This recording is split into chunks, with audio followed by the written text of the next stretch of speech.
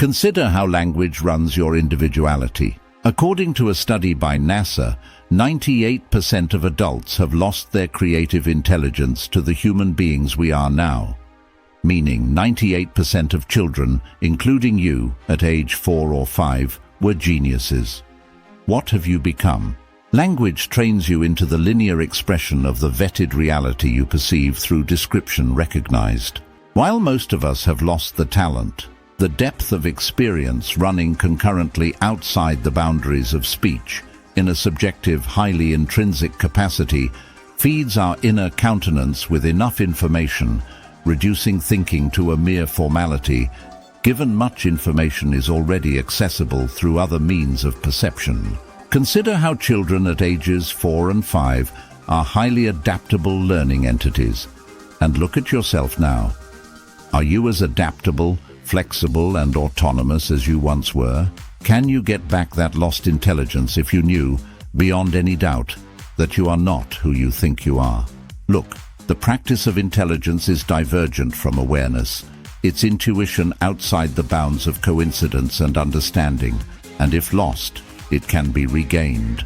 Creative intelligence is a practice that frees you from channeling your thoughts into predefined characterizations, run by linguistic habits you have been trained into since childhood.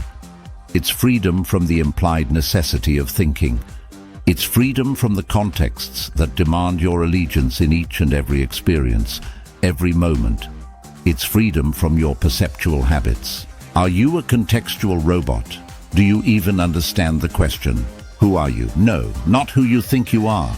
If your life is a catalogue to common expressions, analogous to play, work, sport, fun, and more, you may be missing out on intrinsic, subjective, and intuitive perspectives. The hubris of socialization techniques displayed by many people today is lost to an awareness heightened by the observance beyond the catalogues of distinctions. Society pays tribute to language, yet it inverses the acuity of your intellect by immersing perception into the mantle of individuality as you know it, as defined by the language that manages you rather than as an expansion of limitless possibilities. True, 70% of your communication skill is non-verbal, but the verbal remaining 30% represents a critical mass without which that 70% could not convey the direction, tone, and intent of face-to-face communication skills. Consider how many years of training goes into the act of speech. Silently observe when sound is eliminated from a video of a person consumed by such act. Observe particularly how human behavioral norms seem entirely focused on verbal, non-verbal, and other expression of conveyances. Humans have become the interpolation of contextual service cloaking their inner countenance. Linguistic patronage hides insidious elements inside the articulation participants call their own. Language is not neutral. It functions as a platform to control and limit behavior to its understandable limits. Inside the construct of language plied by a variety of contexts lies assertive expression of intent, parlayed into norms which support successful stakeholders of a given reality. But are they not pawns driven to excel by contextual directives in which ownership and other extrinsic motivators dress all participants as mere players? And context demonstrates preferences. The term responsibility, for instance, fuels limited judicial and financial assemblages. Corporation and teachers have widely dissimilar connection to the term. Any discovery asymmetrically absconded by associative context employed to explain it loses its originality of form and purpose. It is immersed in the propagation of the known as just one more explanation amongst many other explanations. But those are the obvious traps. The umbrage of dimensional comprehension is an entrapment few of us can investigate, as speech misdirects our perception into thinking it clarifies by explaining. It's impossible to rearrange perception through explanations. Explanations have a circular compact to them. They are subservient to normative antecedents accepted as associative contexts within the known of this reality. Humans gather around contextual edifices. Most edifices lose their malleability to contextual management, which set rules of engagement. Operating guidelines enroll humans into subservience to meaning and linear arrangements. Yet humans lose perceptual versatility by identifying with characteristics particular to contextual edifices which gather large groups.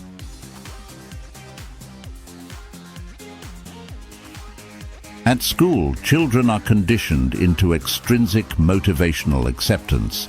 They often are unable to learn from their mistakes, and failure becomes endemic to a culture that miseducates its participants by forcing students to fit into a system that manages education rather than a system serving each student in a goal that empowers them to excel. Education is a contextual edifice. It funnels and spews out children regardless of outcomes, but through what practices? Are children agile learners when they graduate so they can master an adaptation to an ever-changing world, or are they operationally bound for contextual service? Agile means adaptable, self-directed, autonomous, self-reliant, creative, highly productive, and successful. Contextually bound means perception run by understanding, easily misdirected, situational and other awareness at contextual default levels. Linear, not as adaptable or creative, moves around within a structured, rigid individuality difficult to adapt. Most people and many constructs are led by perceptual states allegiant to continuity, coherence, and extrinsic motivators. These are contextual variables. But knowledge is discovering the agency to the assumptions, mentoring the unassailable position you live in. And discover this: many unknowingly become actors of an agenda they are subservient to, and while probing for solutions through explanatory terms, they are unaware of the mechanism they practice in their query, which keeps them there.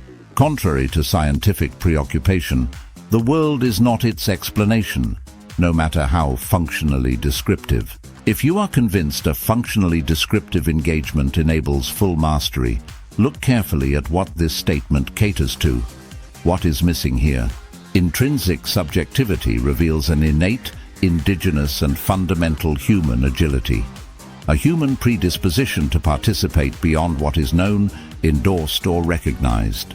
It's a reality absent of nepotism or dogmatic predilection, while perceptual normality objectifies surroundings in a cohesive and comprehensive outlook. And understanding creates a duality between the seer, or individual, and his field as that which must be understood. Understanding, thinking, explanations are tools of context, and they network linear interpretations of reality through descriptive means.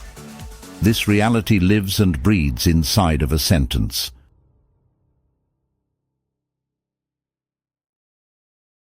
Language projects a contextual cognizance so convenient and effective, we forget we are merely using contextual tools at our disposal rather than to project overall awareness. There is a perceptual juxtaposition that parallels discovery, and it goes like this. Discoveries match the tools of perceptual engagements.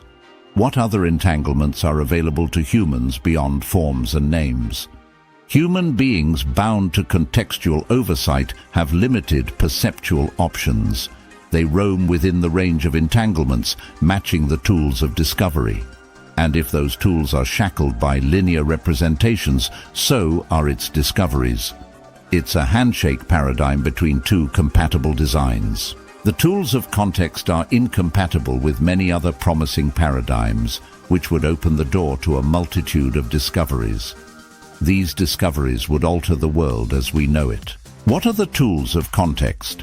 Understanding, explaining, thinking, and other linguistic interpretive designs.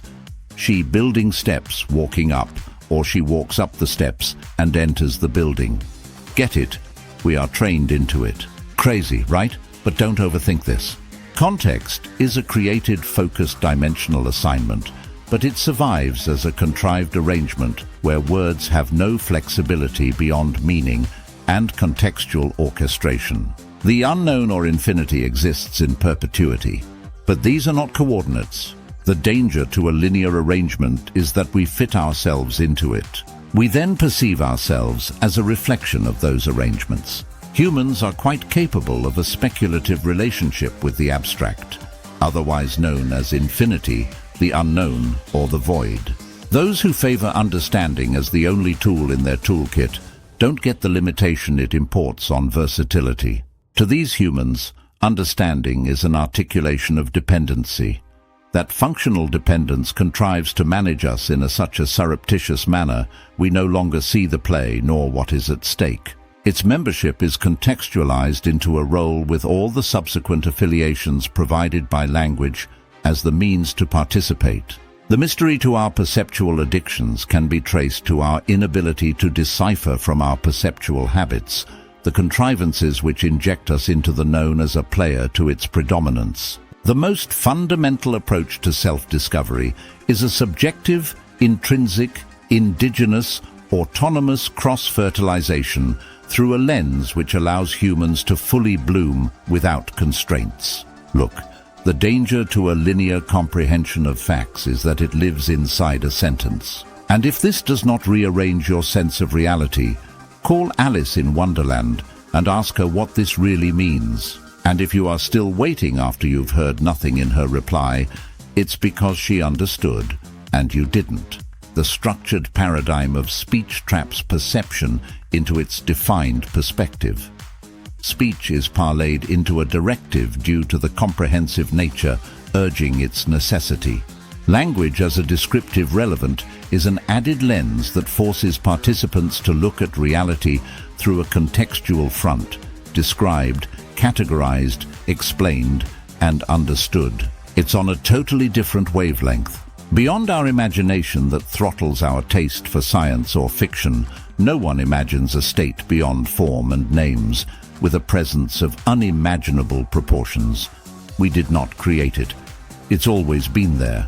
Consider the unknown as a state experienced, but not understood. Beyond what we know, observe, or express, where space and time have no correlation from which to spin a perceptual defined, there exists absolutely nothing, just not the nothing we understand nothing as. Translation of experience into an understandable interpretation misses a whole range of experiences beyond description. Human beings are not their description, and those who depend on objectified shared interpretations put the subjective experiential side of themselves to sleep. Language cannot ascribe any clarification on this subject. It projects a linear representation to a perceptual contraction prejudiced by linguistic representation. Knowledge such as this is often misdirected through words. When we define the void, the unknown, or infinity as an alternative reality or as a superlative to another posture, we create the imposition of a description to make it real. And while this comment merely generalizes particular links towards the unknown, they hint towards aspects of our lives to which we are insufficiently exposed, masking the essential nature of its overall presence. The unknown, uncontextual void, or infinity, is the undiluted expression of the freedom we are. Context maintains many roles, yet ruling or managing human beings is decidedly and unequivocally not one of them. Context coaches human beings into representing its interests. Day in and day out, if all you think is about money, the job you work that works you, what have you become? Can you step outside the politics you represent? Do the things you own you? Are you making your choices, or is context making them for you? Are you even aware of the difference? Are you a contextual robot? Go there, come here, do this and that. Observe how you operate your individuality. Begin now. teachtolearning.com. Come visit us.